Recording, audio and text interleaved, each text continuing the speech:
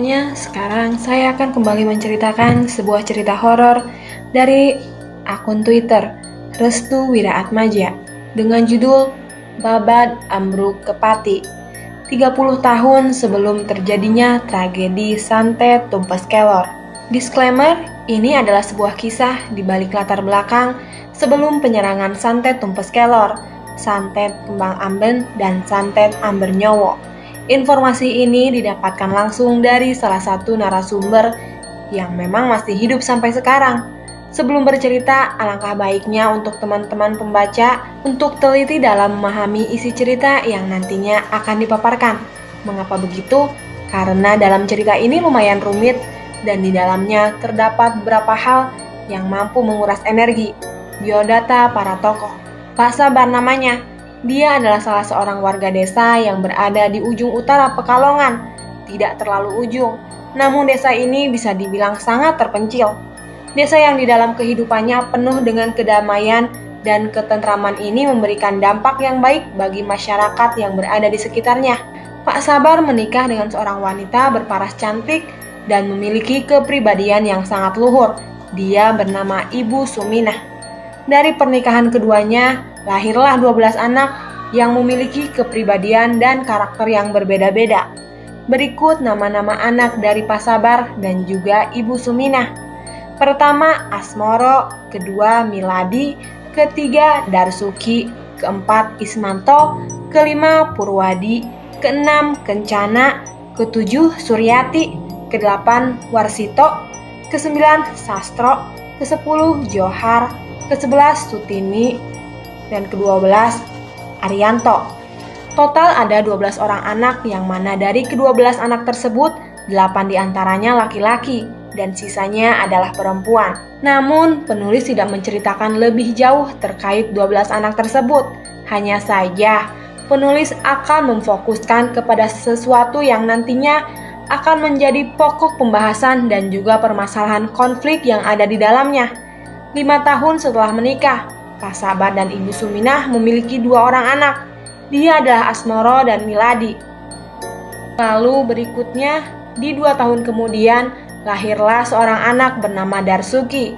Disusul di tahun berikutnya, Ismanto, lalu 2 tahun kemudian Purwadi, hingga sampailah kepada anak terakhir yaitu Arianto yang perkiraan lahir di tahun 1970-an. Semua berdasarkan apa yang memang narasumber sampaikan kepada penulis. Jika memang ada kesalahpahaman, mungkin bisa dimaklumi karena untuk meriset dan mendalami cerita ini benar-benar sangat rumit. Sampai-sampai narasumber sendiri terkadang masih belum terlalu banyak mengingat hal-hal yang memang sangat sensitif yang berada di dalam cerita ini.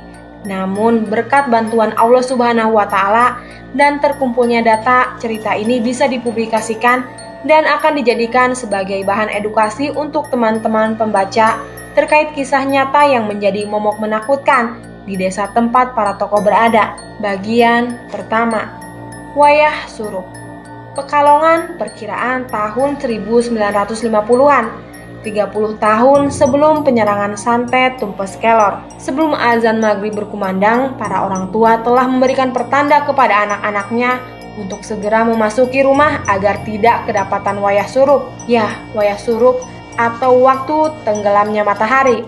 Waktu itu sangat rawan dan begitu menakutkan bagi kalangan orang-orang dahulu. Banyak dari mereka mempercayai jika wayah surup ini merupakan pertanda keluarnya para iblis, demit, yang kerap menguasai tempat di mana mereka berada. Bukan hanya itu saja, ada beberapa hal yang memang sangat ditakuti oleh orang tua zaman dulu ketika anak-anaknya belum sampai juga di rumah ketika wayah surup tiba.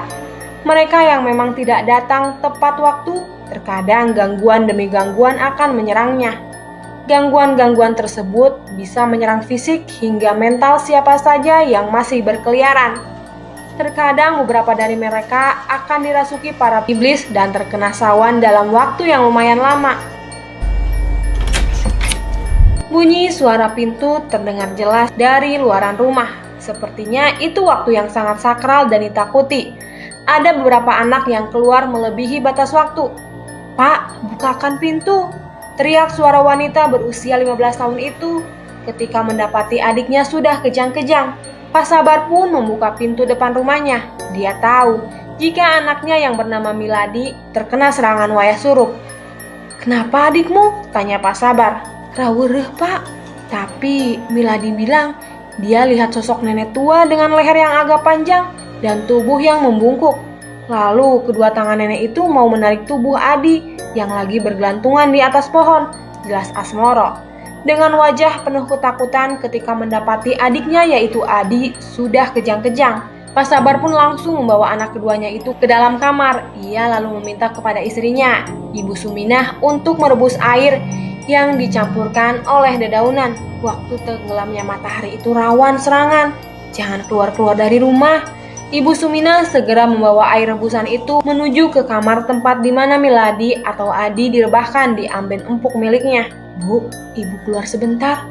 Bapak mau narik yang ada di dalam tubuh Adi," jelas Pak Sabar. "Gih, Pak."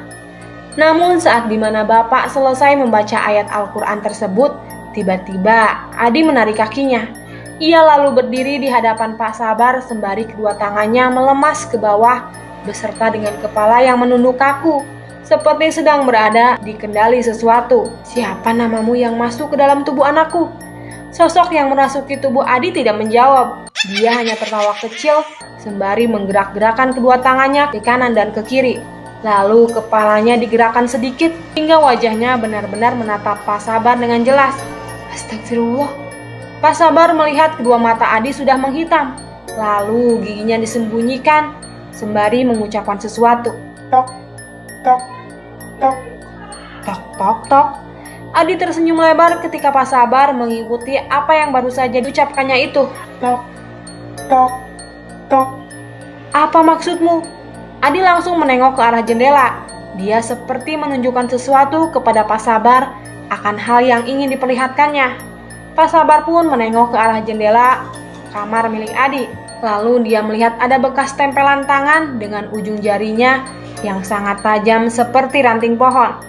Lalu Pak Sabar kembali menengok ke arah Adi yang masih berada di dalam kendali sesuatu yang tidak diketahui siapa sosok tersebut. "Siapa namamu?" tanya Pak Sabar. Adi tersenyum lebar. Ia kemudian mengatakan sesuatu yang aneh lagi kepada Pak Sabar. "Krek, krek, krek, krek, krek, krek." Adi melihat ke arah lemari. Dia menunjukkan sesuatu di sana dengan menggunakan jari telunjuk. Pak Sabar pun langsung melihat apa yang ditunjukkan oleh telunjuk Adi ke arah lemari yang terdapat sebuah paku sebagai pembukanya. Paku. Adi mengangguk, lalu dia tersenyum lagi sembari menggoyang-goyangkan kepalanya sebanyak 5 kali. Kedua tangannya kini ditegakkan ke arah bawah, lalu matanya menatap ke arah langit-langit kamar sembari mengatakan sesuatu. "Prak, prak, prak." "Apalagi?" teriak Pak Sabar. Kali ini Adi menatap wajah Pak Sabar dengan tatapan yang tajam. Dia kembali menyebutkan kata itu. "Prak, prak, prak." "Aku tidak mau mengikutimu." Prak, prak, prak. Pak Sabar terdiam. Dia memejamkan kedua matanya lalu membacakan sebuah surat khusus untuk mengusir sosok yang masih berada di dalam tubuh Adi. Prak, prak, prak. Tetap saja Pak Sabar tidak goyah. Hatinya sangat kuat. Pikirannya juga benar-benar terfokuskan terhadap apa yang sedang ia baca. "Anakmu akan mati." Prak, prak, prak. Sosok itu berteriak dengan kencang. Seluruh ruangan menjadi bergetar. Buku-buku berterbangan. Lampu kamar yang menjadi penerangan satu-satunya mati dengan seketika. Dari luaran kamar, Ibu Suminah beserta dengan anak-anak yang lain langsung menggedor pintu. Mereka mengkhawatirkan keselamatan sang ayah ketika mendapati teriakan mengerikan dari mulut Adi yang notabene masih terbilang cukup dini untuk mengatakan hal mengerikan itu. "Pak, buka pintunya!" teriak Ibu Suminah. "Pak, Bapak, buka pintunya!" teriak juga anak-anak lainnya yang meminta kepada Pak Sabar untuk membukakan pintu kamar Adi. Namun Pak Sabar tetap bersikukuh untuk tidak membukakan pintu kamar agar mereka semua yang berada di luaran tidak ikut campur dalam urusannya. Tiba-tiba tubuh Adi ambruk di kasur. Dia tidak sadarkan diri. Bersamaan dengan itu semuanya usai. Pak Sabar segera mengusap tubuh Adi dengan menggunakan air hangat untuk menghilangkan sisa-sisa energi jahat yang masih tertimbun di dalam tubuhnya. Pak Sabar membuka pintu kamar. Pandangannya langsung tertuju kepada istri dan juga anak-anaknya yang sudah sangat khawatir akan keadaan Pak Sabar. "Bagaimana, Pak? Siapa yang masuk ke dalam tubuh Adi?" tanya Ibu Suminah. "Yang masuk," ucap Pak Sabar yang menghentikan kalimatnya. Setelahnya ketika melihat ada seorang wanita menggunakan kebaya loreng yang sedang berdiri di dekat dapur, Pak Sabar perlahan berjalan ke arah dapur. Tangan Ibu Suminah menggapai pundak Pak Sabar, namun Pak Sabar segera melepaskan tangan Ibu Suminah untuk menuju ke dapur dan menggeser sosok wanita berkebaya loreng tersebut. Perlahan sosok wanita berkebaya itu berjalan keluar ke arah pintu belakang seperti hendak menunjukkan sesuatu kepada Pak Sabar. "Bu, bawa masuk semua anak-anak ke dalam kamar. Jangan sampai ada yang keluar sebelum Bapak menyuruh keluar. Paham?" ucap Pak Sabar dengan tegas.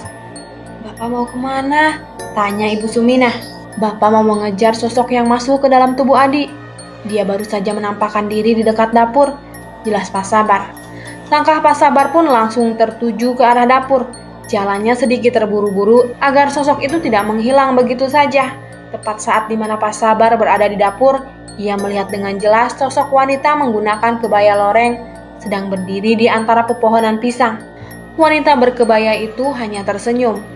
Dia kemudian melangkah meninggalkan Pak Sabar sembari menyanyikan kidung Jawa yang menandakan lelayu atau berita kematian. Semenjak kejadian itu, Pak Sabar dan juga istrinya melarang siapapun anak-anaknya untuk keluar dari rumah melebihi waktu syuruk atau saat dimana waktu maghrib ingin tiba.